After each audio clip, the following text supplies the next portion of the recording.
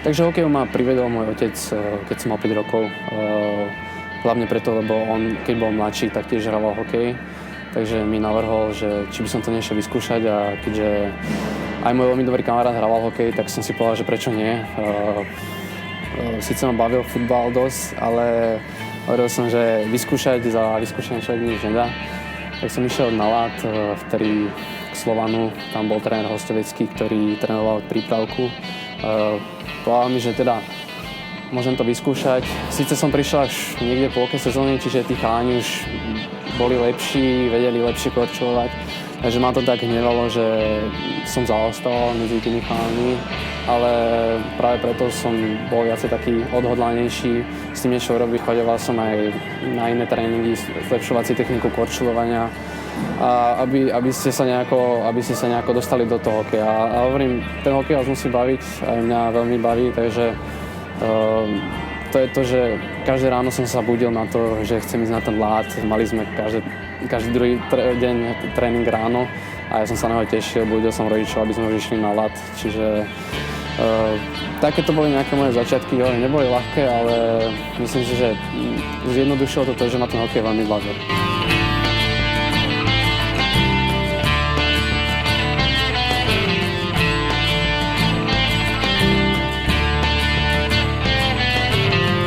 EUHAL je Európska univerzitná liga. Hrávajú týmy, jeden je z Poľska, z Česka a zo Slovenska sú týmy. Hráva sa každý s každým, jeden zápas hrá doma, jeden zápas sa vonku hrá.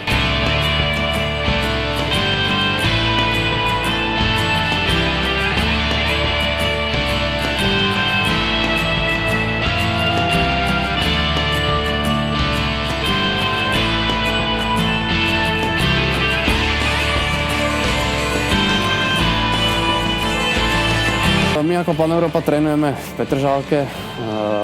Ten zimák je kvázi nový, myslím, že od roku 2011 funguje. Je to tam pekné, proste máte tam všetko, čo potrebujete, aj podmienky na tréningy sme mali dobré, trénovali sme 4-krát do týždňa.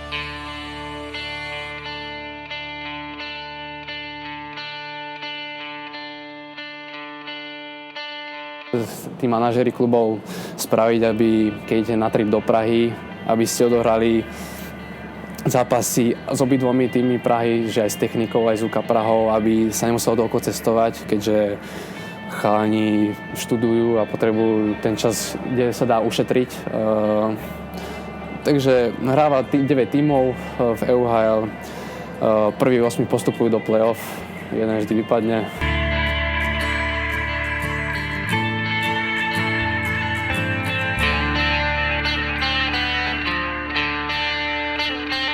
Keďže sme skončili na 8. mieste, sme začali s víťazom základnej skupiny, čo bola Praha. Hrali sme pár sekúnd pred koncom, sme dali gól, čiže sme si na nich verili, že ich môžeme spraviť. Aj prvý zápas bol taký vyhrotený. Sme sa bili proste o výsledok, o každý centimetr na tom ľade.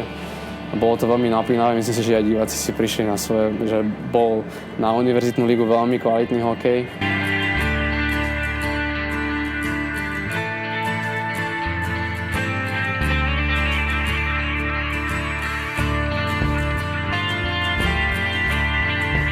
Bohužiaľ sme zápas prehrali po nájazdoch, čo nás mrzelo v tom konečnom dôsledku, lebo keďže sa tento systém hrá na 2 víťazné zápasy, tak keď stratíte jeden, je to už oveľa horšie, ako keď doma vyhráte a idete na 2 zápasy von.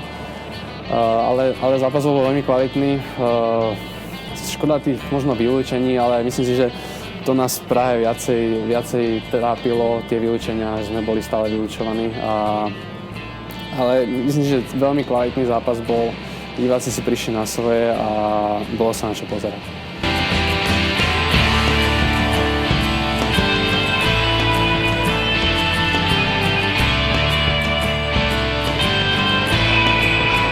Myslím si, že tie podmienky v tej sezóne boli výborné.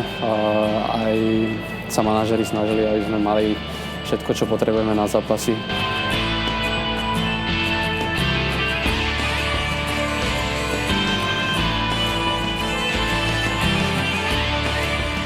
Čo sa týka zápasov, my hráme zápasy na zimnom štadióne Ondreja Nepelu. Čo je super, že môže dojsť viacej ľudí, čiže mali sme aj roztlieskavačky, aj diváci chodili. Sice potom, jak sa nám prestalo troška dariť, tak tých divákov bolo menej, čo nás mrzelo, lebo určite sa inak hrá, keď príde 1000 ľudí a keď príde 400.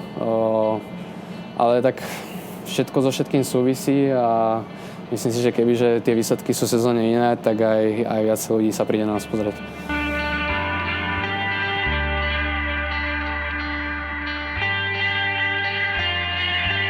Projekt funguje 4. rok.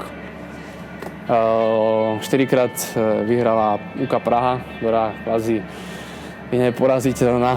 Asi už to tak je, takže ani my sme to nezmenili tento rok, neporazili sme ich, takže možno budúci rok sa nám to už konečne podarí.